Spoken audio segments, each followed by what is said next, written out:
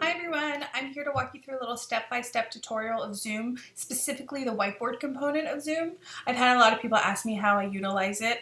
I teach pre-K age children, so children who are 4 and 5, and I realized when I was starting to teach virtually that I was having a really hard time keeping the children engaged, and I was playing around with Zoom and I noticed they had this whiteboard component, and I found it really helpful with keeping the children active and engaged and wanting to see what I was doing. I mainly use it for like directed drawing, games, tic-tac-toe, hangman, Connect Four, things like that, but it can be used in a lot of different ways. So I'm going to start by showing you how to open it. So when you get here to the share the screen page, the arrow, you're going to click on that and it brings you to another page, and you're going to click on whiteboard and share. Now, I don't know how this works for, I have a Mac and it's updated. I know that it works on both PCs and Macs. I don't know what iOS you have to have or has to be the newest version. For instance, I cannot do virtual backgrounds because my computer is not updated enough for that. This is like, it's like 3 or 4 years old, but it still has the whiteboard component, so I'm sure that'll be offered for a lot of people. So I do 2 different types of Zoom. The first Zoom I do is a class Zoom, and then I do one-on-one Zooms. When I'm doing a class Zoom, I purely manipulate the whiteboard, so the children will have papers and pencils with them at home, and depending on what we're doing, if we're doing directed drawing, they'll be able to see what I'm doing on the whiteboard and they'll copy it. If I'm doing a one-on-one Zoom, I will have the child or the parent. The child clicks share screen, so they have the screen on their end, and as do I. And then up here in the corner here where you see like the options for Zoom, this little more button, it doesn't have it now, but if the child has shared their screen with you, it will have a little button that says annotate. So I'll click on the annotate button, and it basically lets us share the whiteboard. So whatever he or she does on their end, I can see, and whatever I do, they can see. So if we are playing a game, tic-tac-toe, I'll show you how to do this. But for instance, if he or she will be able to see this, and then they can do an X, and it'll show up on my end, and then I'll do an O. So we can kind of play back and forth with each other. Now I only do that for when I'm doing one-on-one Zooms, because obviously that would be very hard for a large class size. Okay, so maybe I'll do another video on that more in length later, but right now I'm going to purely talk about the whiteboard. I'm going to clear this. Okay, so up here you'll see this is their little toolbar for the whiteboard, and there's a bunch of different options. I'm just going to go in order. So we have the text option. When you click on text, and you'll click on it and it'll turn blue, so whatever you're using at the time. You can just click on the whiteboard and you can type in anything you want, and the children will see it. So, the cat is in the house. So here you'll go to this like format section, and you can change the size of the font. You can change, it only goes up to 72. You can change, right now it's in italics. You can bold it. You can change the color of the text. So that's fun just to play around with. I don't really use this component as often because I said I have pre-K age children, but I think this would work a lot with older elementary. So say you're working on nouns and you ask the child, I'm going to assume that you guys have been using Zoom, so you know how to mute and unmute everybody. So say you're working on nouns and you ask, hey, Johnny, you unmute him and say, Johnny, can you tell me a noun in the sentence? And he tells you cat, right? So I'm going to go up to, I'm going to go to this section where it says draw. And I primarily use these 2 options. So this little squiggly line is like a pencil, and this thicker one is like a marker or crayon. So I'll click on this little thin line, and you can change the color. Like I said, it gives you basic colors, but they've worked for me so far. So I'll just pick green. Johnny says, oh, cat is a noun. So maybe I'll come and underline cat, or I'll circle cat, or whatever it may be. So maybe you want them to write the sentence on their paper at home and then circle what you do. So that's really nice about this, is that, anything you do, they can see. And it's essentially like having, a whiteboard that you would use at school, you can use at home. You can use at home now through Zoom. So I'm going to clear. So when we're doing the one-on-one Zooms and when we're sharing the screen, the Clear My Drawings and the Clear Viewer Drawings come in more into play because, you know, I can erase what I do and I can erase what the child does. But for right now, I really just use Clear All, so I'm just going to clear it. Like I said, I primarily use this for directed drawing. So let's say I wanted to draw a tree. I would go to this thicker one. It kind of looks, see, it's like a paintbrush or a marker.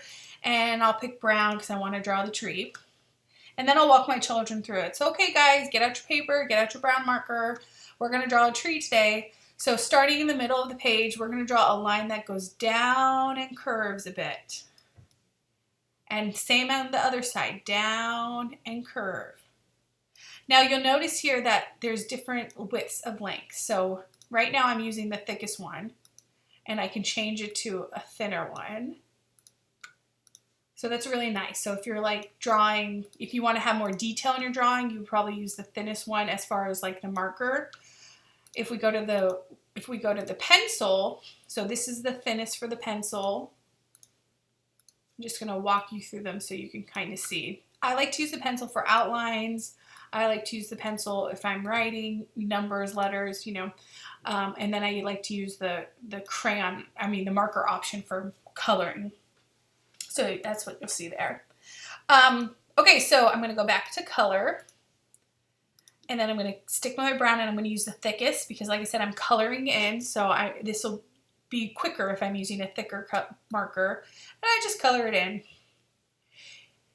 If you keep your mouse, if you're clicking on your mouse and you're coloring and you let go, it's lighter. Now, if you want to make it darker, you just color over it again. See, the more you color over, the darker it can get. So you're like layering colors. So if you're clicking on it, it's light, and then click again, it's darker and darker. So that's kind of for that, you know, okay, let's draw the top of the tree with the leaves. I'm going to pick my green. Oh, mountain, mountain, mountain, mountain. That's what I call it. You know, and then, you know, just have them color in whatever you want to draw. Like I said, the more you click on it, the darker it can become. So you can kind of play with colors that way. You know, you can talk about color mixing. You can talk about how in nature, you know, there's trees have many different colors, different shades. So I think this is a good time for the eraser.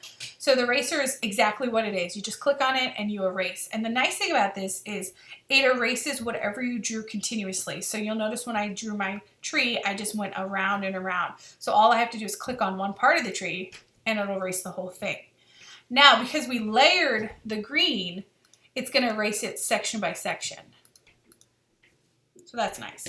Or you can just do the whole clear drawings and it just disappears. Okay, so let's move on to stamps. Stamps are pretty fun. It's literally what it is. You just click on it and it becomes a stamp. You cannot change the colors of the stamps.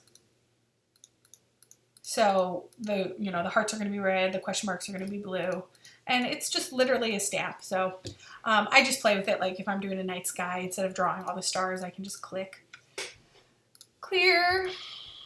I don't use Spotlight as much because, like I said, that's more for if you're sharing the screen with children and you want to like highlight something that they did. So because I left it in stamp, whatever I click is going to be stamps. So you have to undo. Yeah, so that's kind of what I do use it for. We'll play tic-tac-toe on it. We'll do, if I'm sharing the screen with the child, the tic-tac-toe is great because they can do their X's and I do O's and we can go back and forth. We do guess the word, which it's called guess the word, but it's essentially hangman, pick a letter, that kind of thing. You can teach them how to, you can do some writing with them. Okay, guys, we're going to write our numbers. So start with a 2, things like that. It's nice. I think it's really fun. The one thing I will say about the whiteboard, if you're doing one-on-one and the child and you are manipulating it, what was I going to say? Okay, so if the child's manipulating it, I think it's really, I work with children, like I said, who are pre-K, so they're not familiar with typing, mouses, all of that. So a lot of the children have iPads or touch screens. So instead of using the iPad, I'm currently using the mouse to manipulate my screen. It's really that fine motor yet has not developed for them. So they will use their finger on the screen to color and draw. If you don't have an iPad, or if you don't have like a touch screen kind of computer, it might be a little bit more difficult for children who are as young as my students are. But and then as far as the last thing I'd like to tell you about is the save component. All you have to do is press save if you want to save whatever you write on your screen. This is saved in the Finder section of the Mac, or in your Documents or Downloads section of your computer. If you wanted to just save it for personal record, or you wanted to send it to the children, if we're doing a directed drawing together, what I'll do is I'll save it and then I'll email it to the families so the families can see what we did for that day and that morning. It's nice. So that's kind of it. I hope that helped you a little bit to see how the whiteboard component of Zoom works. I'll try to do what I do for one-on-one, so how to manipulate the screen for you and the child. I can try to give a tutorial for that. If you're interested in that, let me know.